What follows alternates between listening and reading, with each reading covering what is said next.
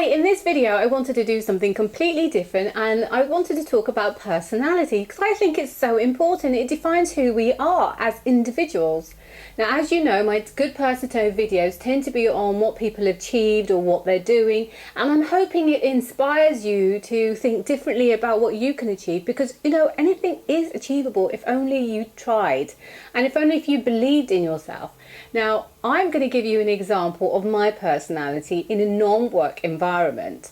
So in this video, I'm going to talk you through what I did when I wanted to get parquet flooring in my house. Only I couldn't afford the £20,000 that it would have cost me to lay it, so I decided to lay it myself. There was a building around the corner from my home that was being demolished, and I asked the very kind gentleman, thank you very much, kind gentleman, for allowing me to look inside, and I saw parquet flooring that was going to be shredded. And so I asked him, I said, is it possible for me to buy this parquet flooring off you? Of course, it was all laid down and he had to get all his workmen to lift them up, but they did. Just to show you what a typical parquet flooring board looked like when I got it, it was like this. Bitumen all over it, absolutely filthy.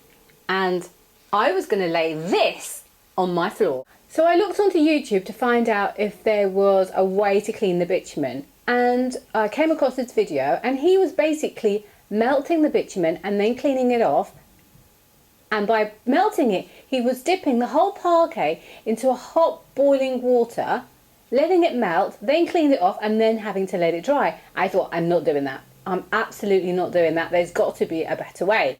So I just naturally went into the shops like you do, and I came across this. There were 2 blades for £1. They were 50p a blade. And I thought, you know what, I'm going to need a lot of those.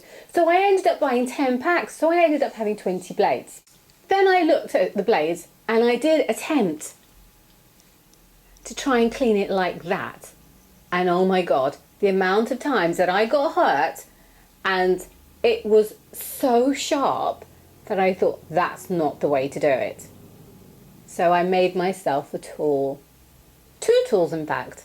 This was my first tool, and as you can see, the nib of it is just here. I don't know if you can see it, but the nib is just there. The tip of it is just here. The blade bit is there. And I basically put 2 nails into it, and then, like a rolling pin effect, I scraped away at them. And then I had to make a second tool, because this tool, which I had it poking outwards, so that I could actually use it to clean the tongue and groove, because that's naturally how it all sits together. And thankfully it was the same thickness, and I was just cleaning it away like that. So I ended up cleaning it, and this is just an example like this, all around, as you can see. And in actual fact, that, which is the surface, was dirtier than that, which is what I cleaned. I had to clean 55 rubble bags full of parquet flooring.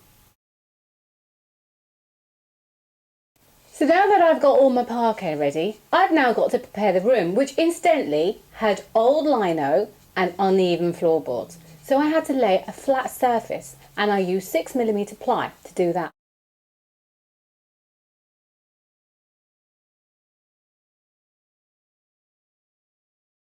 And then I measured up because I wanted to have a 2-brick border. Now I wanted a herringbone design, and I'd never done it before, so I did a trial run first, and then I put all the blocks into position so that I could go full steam ahead.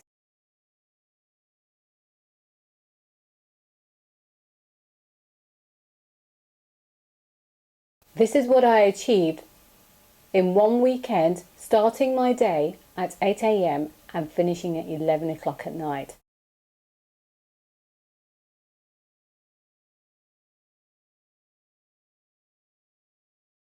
Once I had laid all the parquet, I had a thought, why don't I overrun the parquet over the line and then just cut them down? And that way I've got an absolutely perfect smooth finish.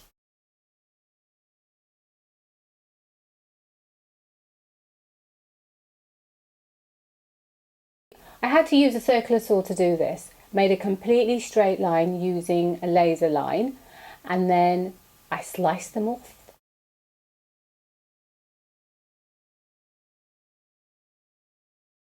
My next job was to cut the skirting board so that I could have an expansion gap. But how was I going to do that? I didn't know what I needed to do that. So I came across one of these. An orbiting tool by Bosch. There are various other makes. The best on the market is fine. And I have to say, absolutely fantastic. This is a blade, and as you can see, it's still got the resin from the parquet on it. And I use this to cut the skirting boards down. Once I had tackled the expansion gap issue, I was ready for the borders. But first, I had to slice off the tongue in the tongue and groove parquet because I didn't need it now.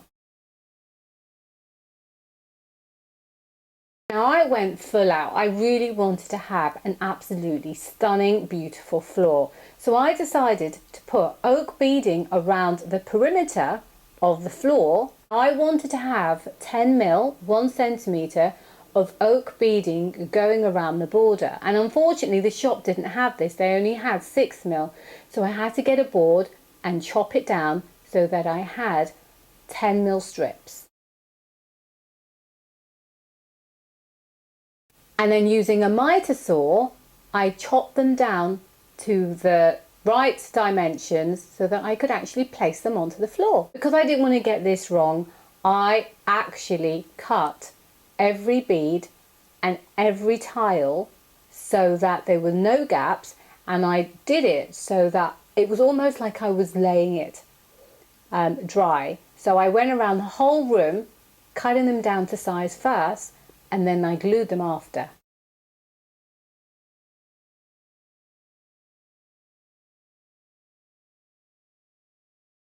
Now I had to do this bit really carefully because I made a little bit of an error and I pulled them all off thinking, I remember where I put them, but I actually forgot. So then I had to do this really quite intricately, and in these next shots you'll see the actual process that I went through to get my borders down.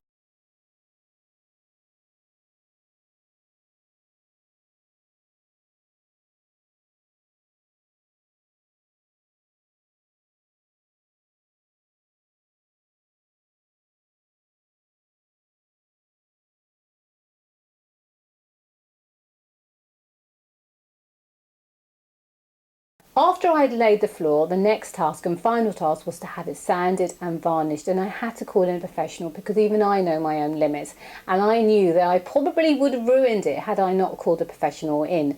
So in part 2 of this video, I'll show you and introduce you to the very good person to know, and also explain why I chose to get somebody like this chap, because he really is a true professional. And not only that, he really did make this floor beautiful.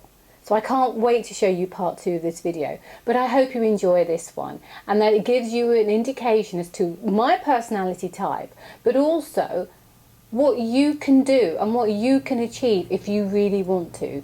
So thank you for watching.